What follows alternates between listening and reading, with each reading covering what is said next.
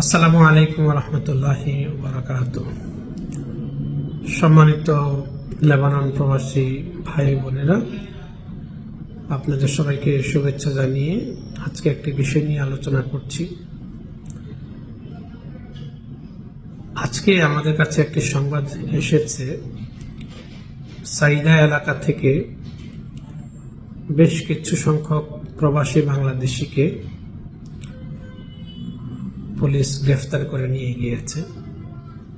বিষয়টি নিয়ে আমরা যোগাযোগ করার চেষ্টা করেছি। আমাদের কাছে যে তথ্য এসেছে তাতে আমরা যে সংবাদটি পেলাম সেটি হচ্ছে যে যেসব প্রবাসী বাংলাদেশিরা গ্রেফতার হয়েছেন তাদের অধিকাংশেরই আকামানি, তারা একটি জায়গায় থাকতেন এবং সেখানকার আশেপাশ থেকে কোন একটি অভিযোগ তাদের বিরুদ্ধে দায়ের করা হয়েছে। তারই প্রেক্ষিতে পুলিশ তাদেরকে গ্রেফতার করেছে।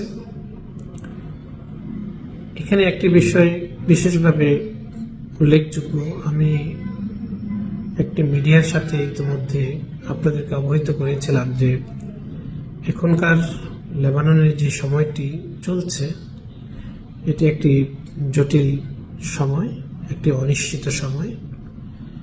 একটি সরকার নতুন করে দায়িত্ব গ্রহণ করতে যাচ্ছে, যুদ্ধ পরিস্থিতির উন্নতি ঘটছে এবং সেই দেশের সরকার বিভিন্ন বিষয়ে সিদ্ধান্ত নিয়ে তারা কার্যক্রম পরিচালনা করছে।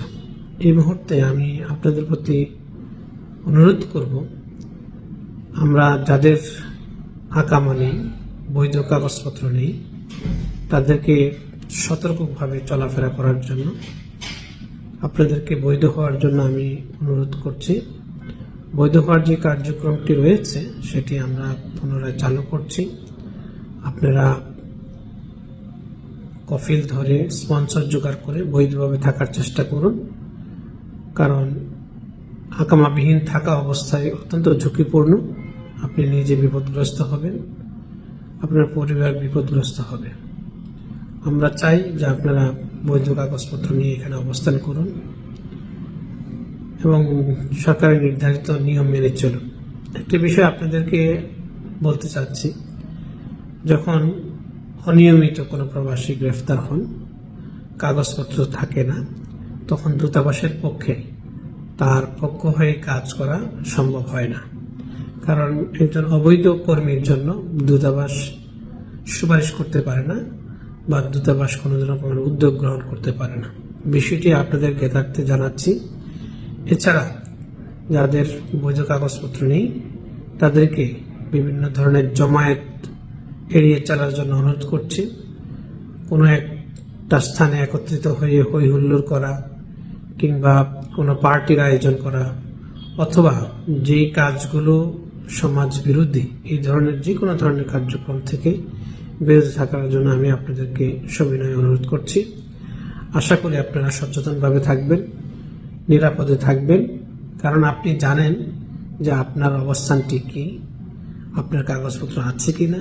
সুতরাং আপনার সতর্কতা, সচেতনতাই আপনাকে সবচেয়ে বেশি সুরক্ষা দিতে পারে। আর নিয়মিত হওয়ার জন্য চেষ্টা করুন।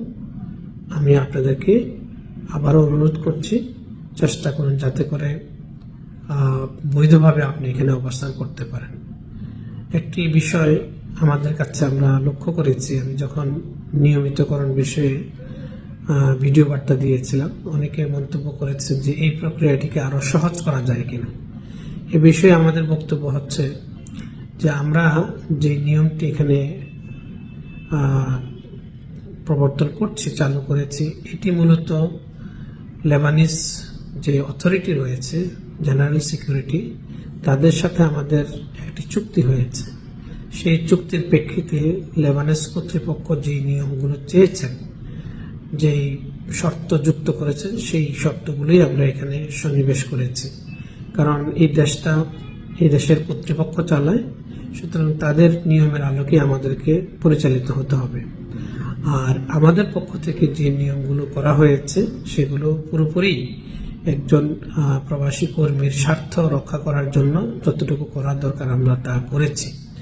সুতরাং আমরা ভেবে চিন্তে বিভিন্ন বিষয় পর্যালোচনা করে লেবানন সরকারের নির্ধারিত নিয়মাবলী প্লাস আমাদের কর্মীদের যাতে স্বার্থ রক্ষা হয় সে বিষয়গুলো দেখেই মূলত আমরা এই নিয়মগুলো মাধ্যমে নিয়মিতকরণ কার্যক্রম পরিচালিত করছি।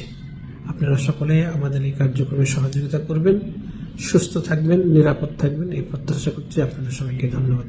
আসসালামু আলাইকুম রহমতুল্লাহি ওয়া বারাকাতুহু।